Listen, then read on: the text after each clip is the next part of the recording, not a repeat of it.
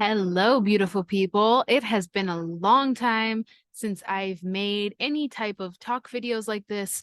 If you've been with me for a while, I used to make a lot of videos about mental health, kind of personal development, a little bit here and there about a law of attraction and stuff like that. But I think more focused on finding joy and mental health. And I kind of stopped doing them for a while because they just I didn't feel like doing them. It just kind of fell out of alignment. While I'm saying this, I'm checking my teeth, make sure I don't have lipstick on my teeth. Anyways, it just fell out of alignment. I just didn't have the energy. I was trying to build my business. So, anyways, I am back to doing these. I just kind of feel inspired to start chatting. Please feel free to comment topics or things that you're going through that you would love to talk about, whether it is about mental health or, like I said, law of attraction, manifesting things, bringing more joy into your life. I'm here for it. So, what inspired this one today was there are at least three people in the last week or so that have said to me, well, you're just so happy all the time. You're just very positive and uplifting and inspirational. And I'm like, I am? Okay.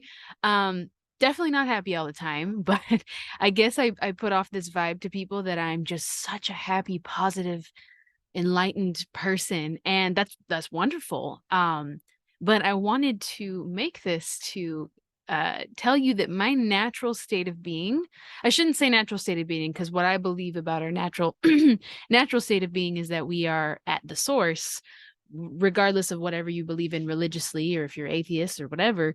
At our source, at our core, we are peace, we are love, we are well-being, perfection. I mean, when you're born, when you're a baby, when you come out, you cry when you need stuff, when you're hungry or you need to be changed. But other than that, you're purely happy and blissful, innocent, peaceful. You're exploring the world, you're laughing, you're playing. So we are at our core peace, perfection, love, and joy, right? So I can reword it, I guess, and say that my common state that I am in is not happy. It is highly anxious. It is controlling, not to other people, but my own life and situations, obsessive about achieving things, making things happen, high stress and high strung. I make millions of choices every day. Sometimes I make the wrong ones, but I choose as much as I can to be happy. Now, before I get into any of this, I want to make sure that you know that this is not about, I'm not saying that all you have to do is choose to be happy. If you're sad or you feel like shit, just choose to be happy. That's not what I'm saying. Especially if you're going through trauma, or anything serious in your life. You don't just flip a switch and suddenly just pretend to be happy, right? That's not what this is about. But having said that, I really believe, at least in my own life, that happiness, because joy is our natural state of being. It's at the core. We separate ourselves from our natural state as we grow older, right? When we're not a baby anymore, when we're not an innocent child anymore, we're influenced by other people, by society. We're taught that we're ugly. We're taught that we're not good enough. We're taught that if we don't make enough money, all of these things. So we separate ourselves from our natural state of joy based on our environment, right? But happiness, I feel like, is a little different than joy. It's more of an emotion versus like a state of being. So connecting with joy and happiness and all that, it's made up of choices every day because there are millions of reasons every day to be stressed out and unhappy. We live in a chaotic, overstimulated world. So I wanted to say that for those of you who are always commenting to me and saying that you're just so happy all the time, I'm not. It's something that I work at. And I also want to say that it's not, when I say work at it, I don't mean that it's hard work to be happy, because that's often a misconception when you meet someone who's an optimist or who seems very spiritual and very positive. When they talk about their daily routine and all that, it can sound exhausting. Like, I don't have an hour in the morning to do yoga and meditation and go for a walk and do affirmations and read and blah, blah, blah, go to church, whatever. It's not hard work. It's just, again, choices that you have to make. So it feels hard at first because you're having to stay consistent and stay focused. But it's more about focus than it is about hard work. Anyways, I'm rambling a little bit, but yeah, for those of you who don't know, I've been hospitalized for panic attacks and anxiety. Been in and out of dealing with depression since I was a preteen. I had TMI, but very, very, very heavy PMS issues, periods, mood swings, all of that. So I've been through a lot of the mental health stuff. So I had to learn that every day there are choices you can make, right? When you're having a crappy day, you're going through trauma or illness or serious stuff, again, you don't just snap into feel happy, write what you're grateful for, and look on the bright side. It's not about that. It's any small way that you can make an improvement in your day and any way that you can control your reactions to things. You got to make the choices. You have to commit to yourself to make those right choices. So, going deeper into that, when you wake up every morning, you get to choose how you want to start your day, right? Sometimes you wake up and you feel like crap. But if you know, I usually feel better when I make time to go on a walk. I usually feel better when if you're religious, when I pray, when I do this. You get to choose, even if you woke up late. Oh my God, I only have 5 minutes instead of an hour to do this.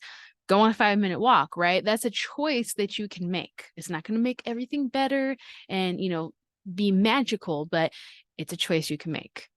When something goes wrong in your day, you're late, there's traffic, you get to choose how you react. You don't always get to control how you feel, right? Especially if you've got, bipolar or different chemical things going on where your moods are very unstable. I get it.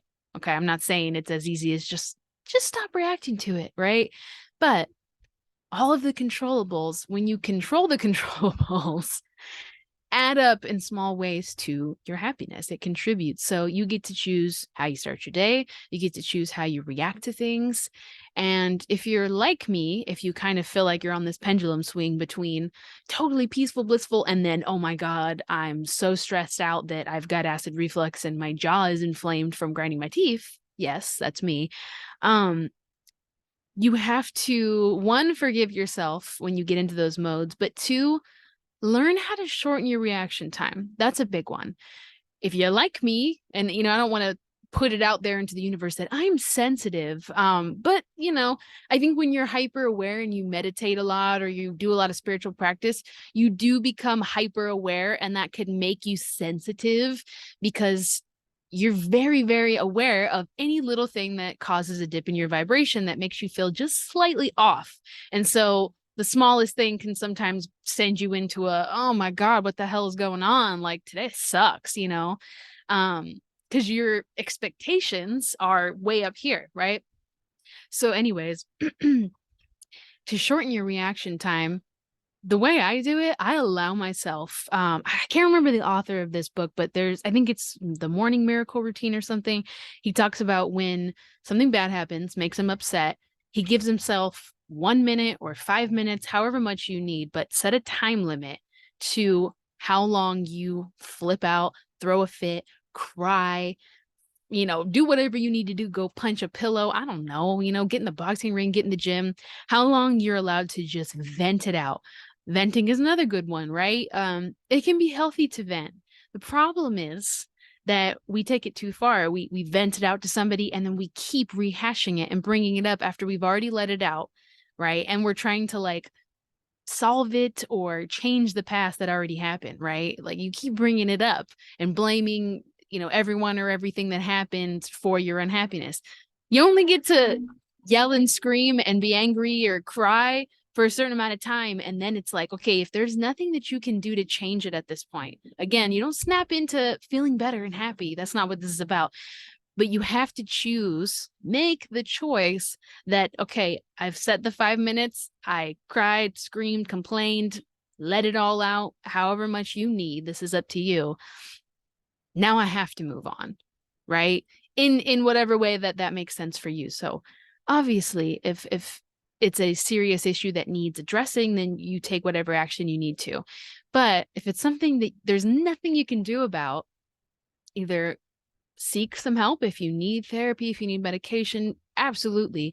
Or if you're like a lot of us, you need to just move on because you've cried it out and there's nothing that you can do to go back and change it. So anyways, it's really about making little choices every day. That's why I guess I come off so happy to people all the time, because I just keep on focusing on making choices constantly throughout my day. I react 100 times a day to stuff, like dramatically, right? I I'll tell you funny stories. Like, we just got a cat 2 months ago, and he took a long time to get used to us and get comfortable. He's very shy and skittish, afraid of everyone and everything. And he wasn't cuddly right away either. And he's still like warming up. He's much more cuddly now. He likes pets, he purrs, but he's not like jump in your lap and let you hold him kind of cat, right? Well, I think it was a couple days ago, he was just like having a weird day, maybe 2 days in a row, where I felt like he was so cuddly with my boyfriend. But with me, every time I go and try to pet him, he'd like go walk away and like seem irritated. And I'm like, it was like all day long. And I'm like, what the hell, man? Like, I feel like my energy's calm. There's no reason why he should be not wanting to be next to me. But this was happening for 2 days straight, and I just started crying at one point. Like, he doesn't like me. He likes you so much more. He doesn't feel comfortable with me. I just want him to love me. And I was crying. I was really upset because I felt like my cat doesn't love me and I just love him so much. And it's funny now because it's so ridiculous. But I have those moments throughout my day all the time. Like, I'm a pretty emotional person. Anyone who's close to me would tell you, oh, she's very emotional, very sensitive. So I have those moments all day. The difference is I allow myself to react, and then I say, okay, now we got to move on to the next, right? Now we've got to look forward. But before I continue at all, I want to say again that if I haven't said it already, this is all up to you. There is no like, it doesn't have to be 1 minute or 5 minutes of reaction. That was just an example. However much time you need is fine, especially if you're in an extreme situation, or again, if you need therapy, if you need help. This isn't a, you need to suck it up and move on. Not at all. This is not a tough love conversation. The point is just that you have to keep making those choices to do whatever it is that you need to prioritize you feeling better, right? You need to prioritize your healing, prioritize your health. And that's what I do all day. I put my health first as much as I can. And there are days where I know I kind of sacrifice a little bit of that because I've got to do 6 songs in one day, which is a lot. But when it's crunch time, when it's hustle time, I don't get to do a whole hour in the morning of yoga, this, that, meditation. I don't get to do all that. I might get up and do just my little meditation quick and then get a workout in, and that's all I get for the day. If you're a single parent, you don't have, all the hours in the day to do this whole magical morning routine. You don't have a lot of time for self-care, but you have to make the choice that in whatever way works for you, even if it's 5 minutes, you have to make that choice to put yourself first. Because if you don't, you're setting yourself up for failure. And you're also teaching the people around you that you don't value yourself. You don't prioritize your health. Why should they? Why should they prioritize your health or their own? Right? So you have to set that example. And I know, again, it's hard for people who have difficult situations. Maybe you're working 60 hours a week. You got to make it work for you. Not everybody has I'm very blessed to have the lifestyle I do. I have my own business. I can work any time of the day I want. I can take vacations whenever I want, as long as I manage my money right. Not everybody has that freedom. And I know I'm absolutely lucky and blessed to have that. But, you make it work for you. 5 minutes or an hour of self-care, whatever. It doesn't have to cost a dime, right? You can do guided meditations on YouTube. You can go take a bubble bath.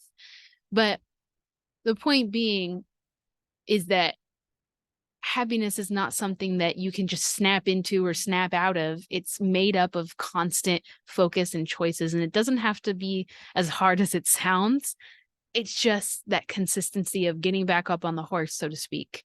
And again, if you've got bipolar, depression, like serious things going on, it may be more complicated for you. You may really need care or medication, and you should absolutely attend to that. So the underlying message being, make the happiness a priority every single day as much as you can, and you're going to have off days, and that's okay.